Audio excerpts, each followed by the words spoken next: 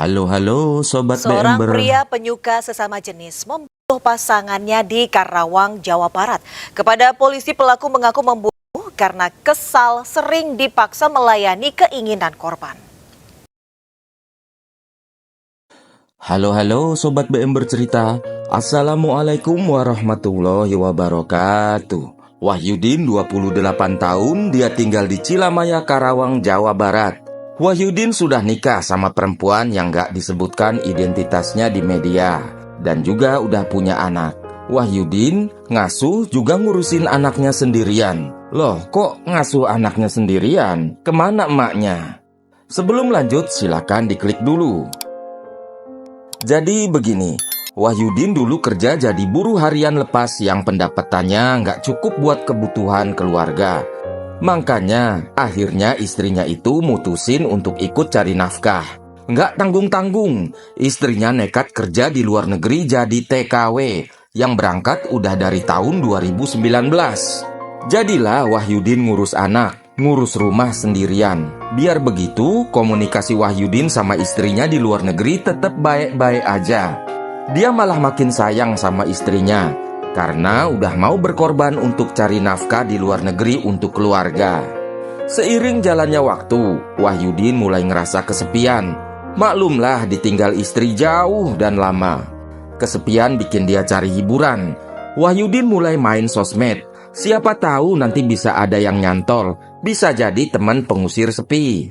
Bukan itu aja, Wahyudin juga install aplikasi ngedate untuk cari temen. Di tempat lain masih di Karawang, ternyata ada boti lekong yang namanya Amung. Amung yang biasa dipanggil Asma tinggal di Desa Sumur Gede, Kecamatan Cilamaya Kulon, Kabupaten Karawang, Jawa Barat. Asma umuran 45 tahun. Dia tinggal sendirian di rumah yang rangkep jadi warung tempat dia buka usaha. Dia tinggal sendirian. Nggak diketahui Asma udah nikah atau belum. Tapi sih, kata tetangga-tetangga yang maha tahu, si Asma ini adalah boti. Asma juga suka bersosmed, juga suka pakai aplikasi pertemanan khusus. Waktu itu, selagi scroll-scroll, cari-cari profiling, dia nemu profil Wahyudin.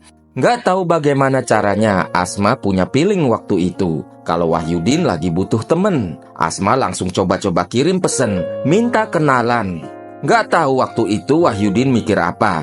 Jelas-jelas dia tahu kalau yang ngajak kenalan adalah cowok. Tahu-tahu dia langsung ladenin Asma. Yang pastinya ini bikin jalan buat Asma supaya bisa kenalan lebih jauh. Bahkan kalau bisa Asma mau masukin Wahyudin ke dalam jebakan perangkapnya. Abis kenalan, orang berdua ini mulai saling chat, saling ngobrol. Dan waktu mereka udah mulai lumayan akrab, Asma coba-coba kirim pesen kayak gini. Yud, kamu jualan nggak? Wahyudin connect sama maksud Asma. Iya, dijual. Mau ketemuan? 200-an ribu ya? Jangan 200, 170 aja ya. Jangankan 170, cepet aja udah untung. Wahyudin ngebatin. Nah, dari situlah Wahyudin, Asma mulai ketemuan. Wahyudin yang tadinya laki-laki normal akhirnya berubah jadi laki-laki belok. Wahyudin ketemuan sama Asma di rumahnya dan mulai perkikuk-kikukan. Setelah beres, Wahyudin terima bayarannya dan langsung ngacir pulang ke rumah. Ternyata nggak kayak biasanya. Asma ini kok ngerasa Wahyudin ini spesial, nggak kayak lekong-lekong lain yang bikin dia bosen. Ada yang aneh di hatinya. Dia jatuh cinta sama Wahyudin, yang bikin Asma terus-terusan pengen ketemuan sama Wahyudin. Dia juga nggak keberatan kalau harus bayar. Wahyudin ngerasa untung. Dia nggak kesepian, tapi juga bisa dapat bayaran. Nggak tahu bagaimana kejadiannya. Akhirnya Asma, Wahyudin jadian. Wahyudin sama Asma jadi sering kikuk-kikukan. Simbiosis mutualisme terjadi. Asma dapat kesenangan, Wahyudin dapat uang 150-200 ribu tergantung kesepakatan. Singkat kata, hubungan terus lanjut sampai tahun 2023. Di bulan Desember, Wahyudin waktu itu lagi kepepet butuh duit. Dia bingung mau minta tolong sama siapa.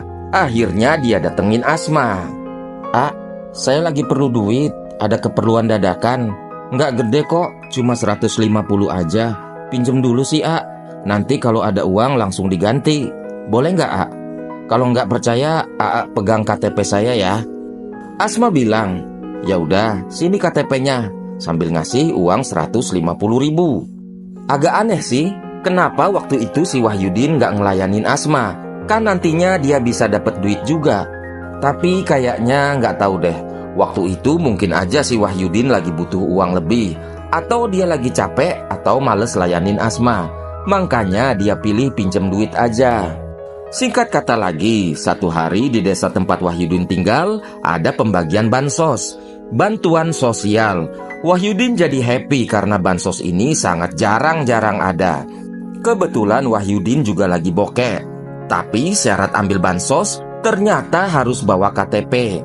Nah, ini masalahnya. Kan KTP Wahyudin ada sama Asma. Aduh, gimana caranya ya? Dalam hati Wahyudin. Akhirnya nggak buang-buang waktu, Wahyudin meluncur ke tempat Asma. Sampai di sana, to the point, Wahyu langsung bilang, "AA, boleh nggak pinjam dulu KTP-nya buat ambil bansos? Lumayan bansosnya, A. Nanti buat lunasin hutang, A. Pinjam sebentar aja, A." Asma yang waktu itu bisa aja pinjemin KTP si Wahyu. Tapi kayaknya si Asma lihat ada kesempatan. Dia pengen manfaatin situasi itu. Dia ngajak Wahyu untuk kiku-kiku. "Boleh aja KTP diambil, tapi kamu mau nggak layanin AA sebentar aja? Udah lama nih nggak gituan."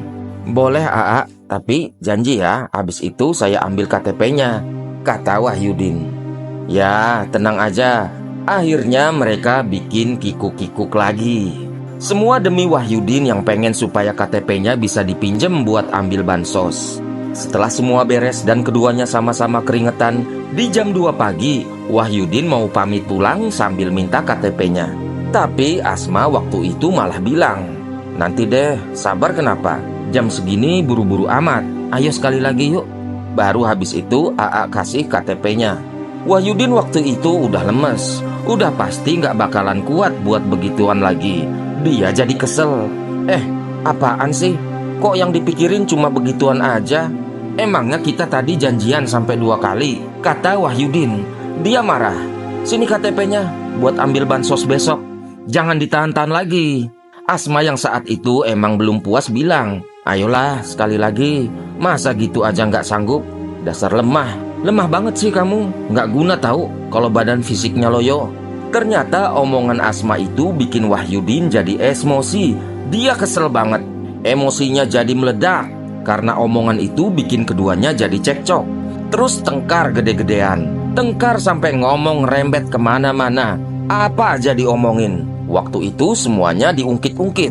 Kesabaran Wahyudin habis. Dia deketin Asma full emosi.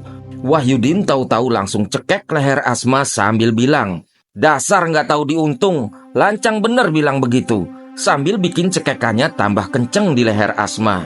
Asma nyoba teriak karena kesakitan. Tapi belum juga ada suaranya, Wahyudin dorong Asma ke belakang sampai kepala Asma kejedot pintu kayu. Wahyudin cekek Asma lagi.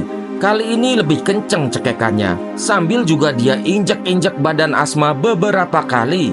Sampai akhirnya Asma nggak bergerak lagi kehabisan napas.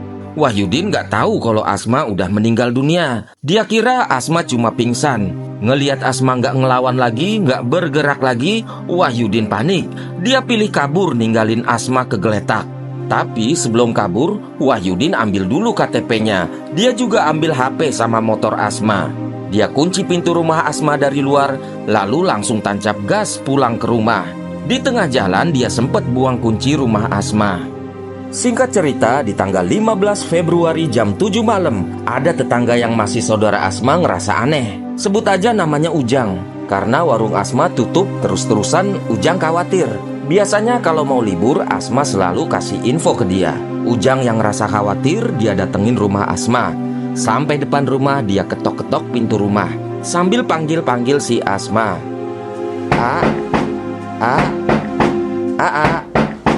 Tapi nggak ada jawaban sama sekali dari Asma. Karena ngerasa curiga, Ujang akhirnya ngebuka paksa dengan cara ngedobrak pintu sambil ngebatin. "Aduh Asma, kemana sih bikin khawatir? Maaf ya, ini kepaksa harus bongkar-bongkar pintu. Soalnya kok perasaan nggak enak." Kira-kira begitu deh mikirnya si Ujang. Waktu pintu berhasil kebuka paksa, Alangkah kagetnya Ujang. Dia ngeliat Asma. Dia ngegeletak di kasur. Badannya udah hitam. Ujang tahu kalau Asma pasti udah meninggal dunia. Ya Allah, kenapa ini? Kenapa ini ya Allah? Tolong, tolong. Ujang teriak-teriak, minta tolong sambil lari-larian ke tempat rame. Langsung aja waktu itu orang-orang datang berjubel ke rumah Asma. Polisi juga langsung dikontak. Polisi langsung gas ke lokasi, ngamanin TKP, juga langsung ngebawa jasad Asma ke rumah sakit. Awalnya polisi ngeduga motif Asma meninggal karena sebab dirampok. Dilihat dari barang-barangnya yang udah raib, tapi ada yang bikin aneh. Kalau ini emang perampokan, kenapa nggak ada bekas pintu atau jendela abis dicongkel? Semua utuh, semua rapi. Dari kecurigaan ini, polisi ngelacak HP yang dibawa kabur pelaku. Sampai akhirnya beberapa hari kemudian, polisi bisa ngetrek HP Asma yang dipegang Wahyudin. Juga polisi nemuin motornya yang udah dijual ke penadah. Di situ polisi dapat titik terang. Polisi dapat identitas orang yang ngejual motor. Orang itu adalah laki-laki, Lekong yang namanya Wahyudin. Polisi ngedatengin rumah Wahyudin. Wahyudin ditangkap. Dan disitulah polisi dapat info kalau ternyata Wahyudin sama Asma adalah golongan LSL, laki suka laki. Polisi yakin bener kalau Wahyudin memang pelakunya. GPL, nggak pakai lama, polisi langsung bekuk Wahyudin yang sama sekali nggak ngelawan.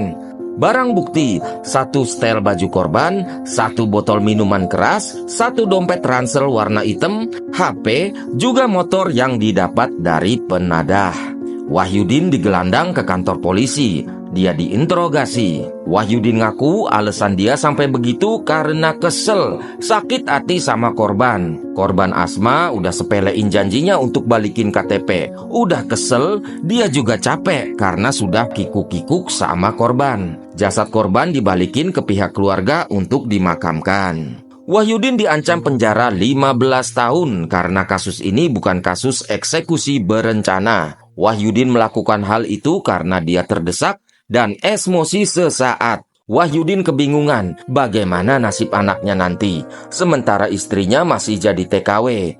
Dia kebingungan harus kemana nitipin anaknya. Nggak ada informasi jelas bagaimana nasib anak itu. Terima kasih sudah menyimak video ini. Wassalamualaikum warahmatullahi wabarakatuh.